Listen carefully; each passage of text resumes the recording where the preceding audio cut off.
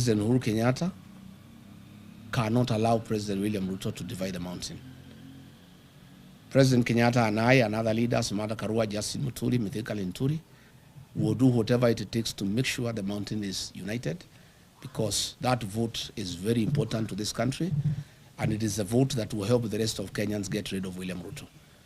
So I want to ask William Ruto, even when he went to cry to him in Ichaweri, he was there on a mission to see how he can get President Uhuru Kenyatta to see whether in one way or another he could cause some confusion and the mountain is divided, so that the mountain vote does not go to somebody else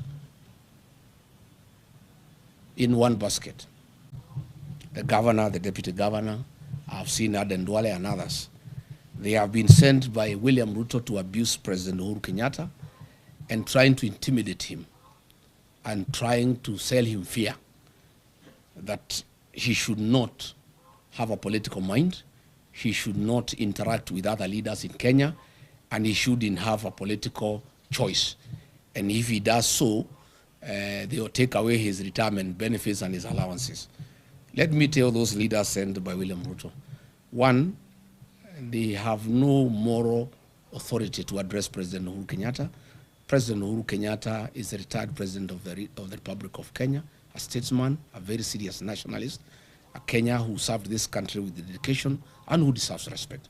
Number two, I don't think President Uhuru Kenyatta can give up his constitutional obligations because of allowances. President Uhuru Kenyatta is not a poor man. He's a Kenyan who has worked hard. He's a Kenyan who has money and resources. And I don't think the President Uhuru Kenyatta can be told to shut up so that he gets allowances or he doesn't get. In any case, even if they carry out the threat and hold his allowances, there's no problem. Once we take over office, we shall give President Kenyatta his dues. And I know why they have a problem with the President Uhuru Kenyatta. President William Ruto is in shock.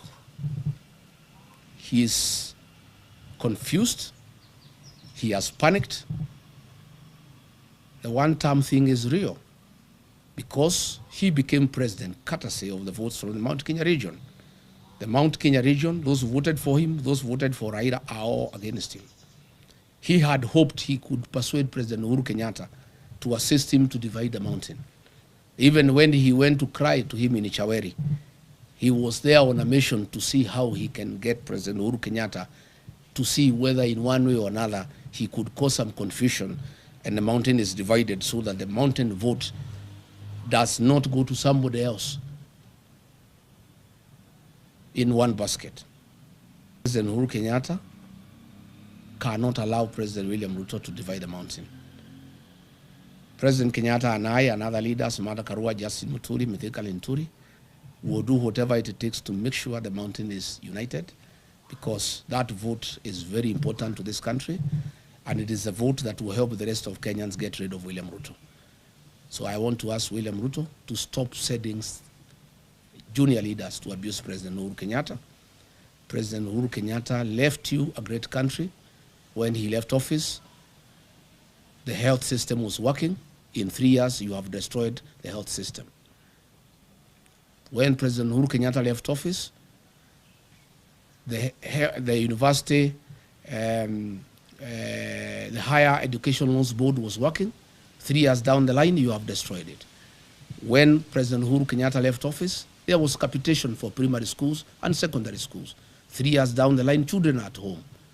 Stop blaming President Uhuru Kenyatta for your political problems and challenges.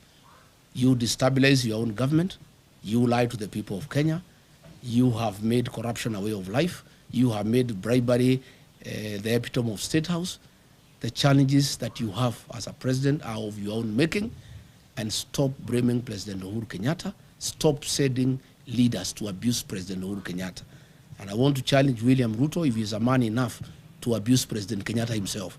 Stop sending some leaders to abuse President Kenyatta on your behalf. Do it yourself if you are man enough. Abuse him. And let me say, I will not allow President Uhuru Kenyatta to be intimidated. I have a responsibility as a leader from the region to defend our son, our kinsman.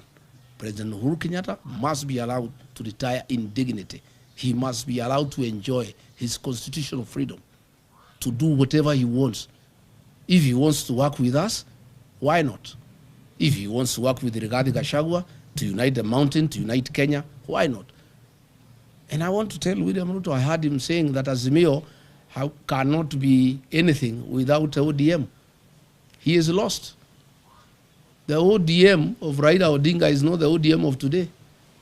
What William Ruto is holding is a shell of ODM, the fake one, of Junet Mohammed, Gladys Wanga, and Uhuru Odinga. The ODMB, the one with the people, is gone and is in one term. The people of Ukambani are gone, they are in one term. The people of Kisii are gone, they are in one term. The mountain is gone, is in one term. And by the way, there is no UDA without the mountain. It's a shell. So let him not, and he should know, Azimio only lost because the mountain did not go to Azimio in total. As we talk, the mountain, Azimio, United Opposition, ODMB, all of us are in one term. We'll get 70+1 and we'll make him one-term president. So let him stop sending people to abuse President Uhuru Kenyatta. Let him not demean Azimio. Let him deal with his own challenges that are self-inflicted. He mismanaged politics. He mismanaged the country. He made corruption a way of life. He made lies as his trademark. And Kenyans are fed up because they can see through him. And therefore, he should sort out his own problems, and he should not send people to blame President Uhuru Kenyatta for his woes.